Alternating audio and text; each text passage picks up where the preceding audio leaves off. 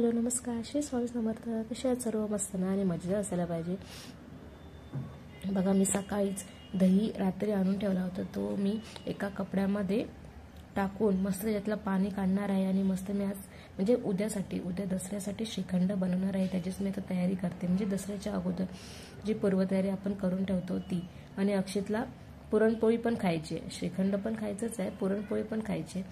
त्याच्यामुळे उद्या पुरणपोळी पण आणि श्रीखंड पण. तर श्रीखंड मोस्टली मी अगोदर ना विकत आणायची, नंतर मग मी करायला लागली तर ते विकत आणलेलं खूप गोड असतं, म्हणजे खूपच गोड असतं. ते घरी बनवलेलं आपण आपल्याप्रमाणे त्याच्यामध्ये साखर टाकू शकतो.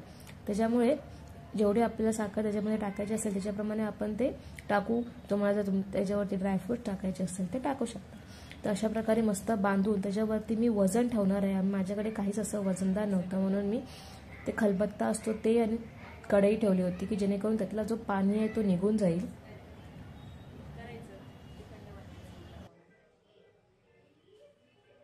आज बाबूच्या स्कूलमध्ये काय आहे? मध्ये काय आहे? गरबा. आता जायचं ना गरब्याला? अजून वेळ आहे ना? कसा गरबा खेळणार तू?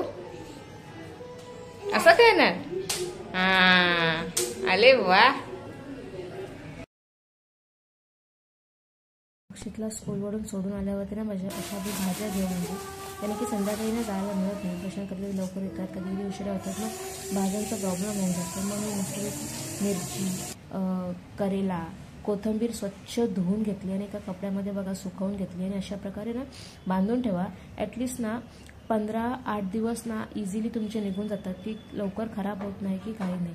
आणि मिरचीची ना डेट काढून ठेवते मी, ती पण स्टोअर करून स्वच्छ धुवून पुसून वगैरे ठेवते.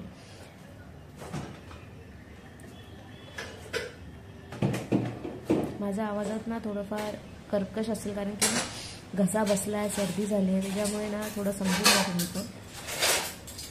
सर्व झाल्यानंतर ना अक्षितचं जेवण वगैरे झालं, अक्षितला अंदर जेवण झालं, त्याला झोपवलंय.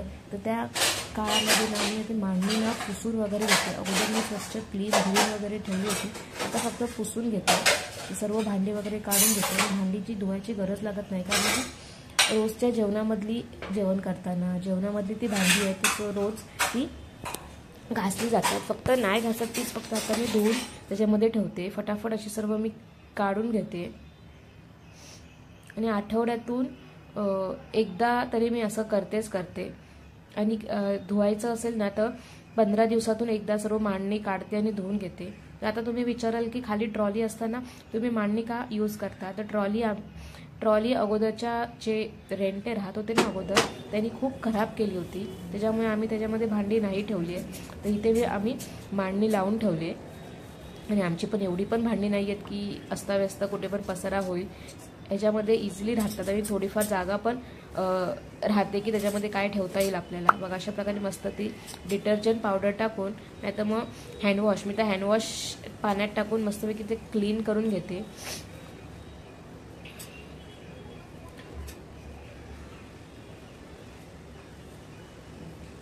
तुमची पण दसऱ्याची पूर्वतयारी झालीच असेल, कारण की नवरात्रीच्या अगोदरच पूर्वतयारी करतात.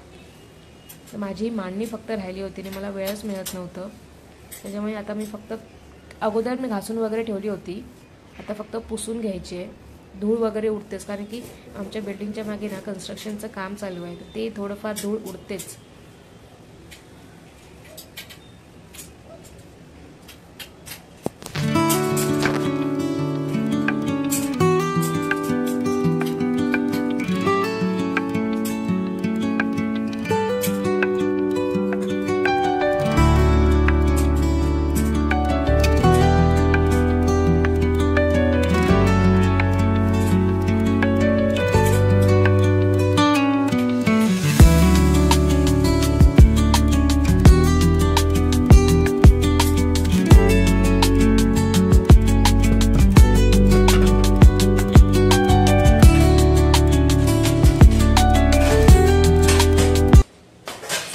पुसून वगैरे ज्या ठिकाणी लावायचे त्या ठिकाणी लावून घेते.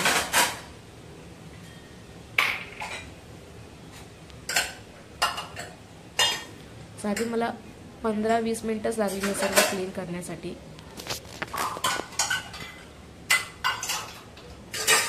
तुम्हाला पण माझे व्हिडिओज बघून मोटिवेशन मिळत असेल तर मला पण खूपच आनंद होईल. कमेंटमध्ये नक्की सांगा तुम्ही.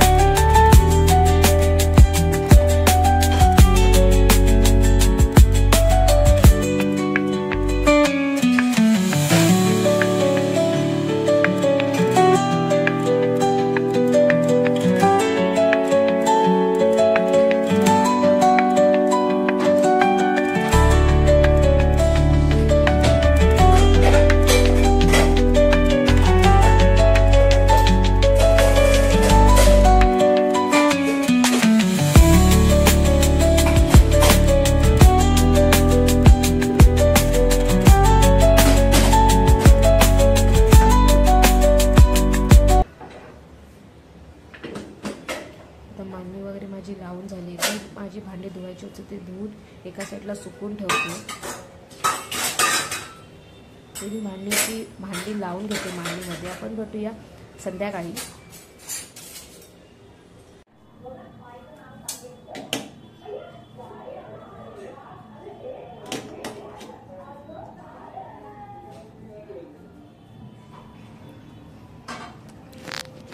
तयारी आता वाजले 6:30.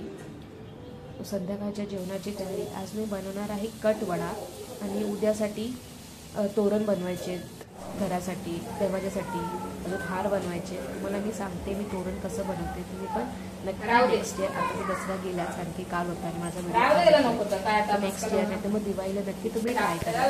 कट वडा बनवण्यासाठी ना मी 2 मोठे साईजचे कांदे बारीक उभे चिरून घेतले. ते तेलावरती परतून एकदम बारीक म्हणजे नरम होईपर्यंत परतून घ्या. त्याच्यामध्ये थोडंसं 4-5 लसूण टाका, थोडंसं आळं टाका आणि एकदम कांदा एकदम परतून झाला ना, एकदम नरम झाला की त्याच्यामध्ये खोबरं टाका. मी ॲक्च्युली खोबरं ना अगोदरच भाजून वगैरे मिक्सरला ग्राइंड करून घेते. त्याच्यामुळे मी याच्यामध्ये फक्त लास्ट मोमेंटला टाकणार आहे मिक्स करण्यासाठी. आणि एका साईडला ना बाबूची डाळ पण घालून घेते कारण की तो कटवडा तर खाणार नाही, फक्त वडा खाईल तो आणि ब्रेड खाईल. सो त्याच्यासाठी भात डाळचा कुकर लावून ठेवला होता आणि एका साईडला मी त्याच कुकरमध्ये बटाटे पण उकडून घेतलेत वडा बनवण्यासाठी. आता ही आहे कटची रसाची तयारी. बघा ही मिक्सरमध्ये काढून घेते. त्याच्यामध्ये भरपूर सारी कोथिंबीर टाकते कारण की त्याच्यामध्ये कोथिंबीरचा फ्लेवर येईल. आणि ते मिक्सरला ग्राइंड करून घ्या. आणि मी एका साईडला हे होईपर्यंत डाळीला फोडणी पण दिली आहे. आता कटाची तयारी करून घेते. आणि एका साईडला ना पाणी कोमट करायला ठेवले. नेहमी असं काहीतरी बनवत असाल ना तर नेहमी कोमट पाणी घ्या, त्याला टेक्स्चर खूप छान येतो. आता इथे मी ना 3 स्पून तेल घातले कारण की कट बनवायचं त्याच्यावर तर्री तर आलीच पाहिजे. त्याच्यामुळे ना 3 स्पून तेल घातले. त्याच्यामध्ये थोडंसं मोहरी, जिरं, हिंग, कढीपत्ता, लसूण हे सर्व टाकून तडतडू लागले की आपण जो मसाला ग्रेव्ही बनवून घेतली होती त्याच्यामध्ये टाका. जास्त करपवून देऊ नका कारण की मग तो करपला तर मग त्याचा स्मेल येतो. एकदम गरम तेल थोडंसं गरम झालं ना की लगेच टाका आणि सर्व तेलावरती परतवून घ्या. त्या मसाल्याला तेल सुटायला लागले की आपण मसाले टाकूयात. काश्मीरी लाल मसाला आणि कांदा लसूण मसाला, फक्त हे 2च मसाले टाकायचे आणि मस्त तेल सुटेपर्यंत ते परतवून घ्या.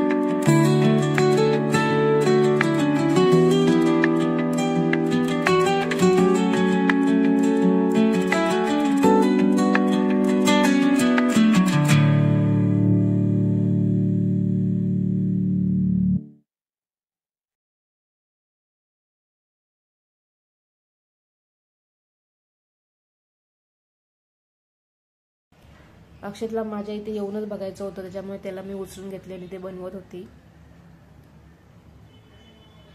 तो पण हलतोय बघा कसा. अशा प्रकारे कोमट जशी तुम्हाला पाण्यामध्ये कन्सिस्टन्सी पाहिजे असेल ना त्याच्याप्रमाणे तुम्ही त्याच्यामध्ये पाणी टाका आणि मस्त खूप बघा तर्री पण थोडीफार आली आहे. जास्त तेल अजून जास्त तेल टाकलं ना की खूप छान तर्री येते. आता हे उचलून ना दुसऱ्या साईडला ठेवते आणि इथे ना मस्त बटाट्याची भाजी बनवून घेते. नॉर्मली आपण बनवतो तशीच तेलामध्ये जिरं मोहरी मी लसूण आणि मिरचीचं ना एकदम खलबत्त्यामध्ये ठेसून त्याच्यामध्ये टाकली होते. थोडीशी हळद आणि आपण जे बटाटे उकडून घेतले त्याच्यामध्ये टाकून थोडीशी ना स्मॅश केली आणि थोडीशी कोथिंबीर टाकली, चवीप्रमाणे मीठ. हे मस्त बटाट्याची भाजी आपण रेडी करतो, आपण नॉर्मल करतो तशीच असते, फक्त थोडेफार ना बटाटे स्मॅश करायला लागतात. नॉर्मली आपण जसे वडे बनवतो तसेच. आणि ना मी बेसनामध्ये थोडंसं तांदळाचं पीठ, थोडीशी हळद आणि चवीप्रमाणे मीठ अशा प्रकारे सर्व मिक्स करून आता मी ते वडे त्याच्यामध्ये तळून घेते. आणि एका साईडला माझा रस्सा पण रेडी आहे.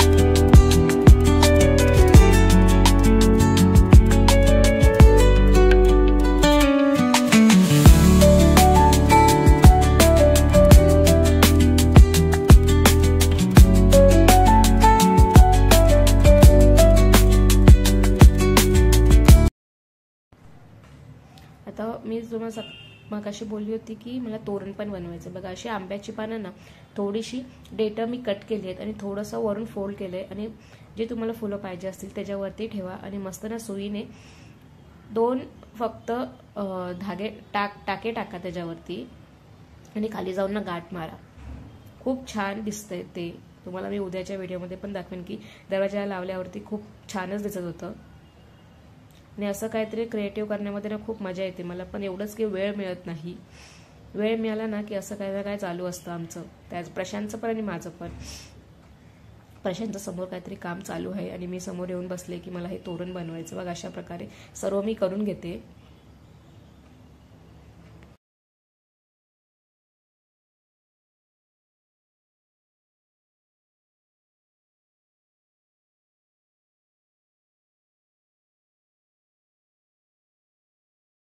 बटाट्यावरती थोडासा कांदा कोथिंबीर आणि शेव मस्त झालं होतं जेवण. तुम्ही पण नक्की ट्राय करून बघा. सकाळी मी जो दहीमध्ये पाणी काढण्यासाठी ठेवला होता बघा तो अशा प्रकारे झाला. तो आता ना मस्त एकदम सॉफ्ट होईपर्यंत ना मेल्ट करा त्याला आणि एकदम मेल्ट झाला ना त्याच्यामध्ये खडी साखर मिक्सरला लावून ना एकदम तिची पेटी साखर बनवून घ्या आणि त्याच्यामध्ये टाका. जशी तुम्हाला साखर पाहिजे असेल ना मिठा तेवढं तुम्ही त्याच्यामध्ये टाका आणि मस्त ना ढवळून घ्या. म्हणजे ॲक्च्युली जे आपण भारून घेतो ना त्याच्यापेक्षा तरी हे खूपच हेल्दी आहे, टेस्टी आहे आणि जसं आपल्याला पाहिजे तशाप्रमाणे आपण त्याच्यामध्ये व्हरायटी करू शकतो. हा जो पूर्ण व्हिडिओ दसऱ्याची पूर्वतयारीचा पूर्ण व्हिडिओ तुम्हाला आवडला असेल तर नक्की लाईक करा, शेअर करा, कमेंट करा आणि अजूनपर्यंत कोणी जर सबस्क्राईब केलं नसेल तर नक्की सबस्क्राईब करा. अशाच मी नवनवीन इंटरेस्टिंग व्हिडिओ घेऊनच येत असते.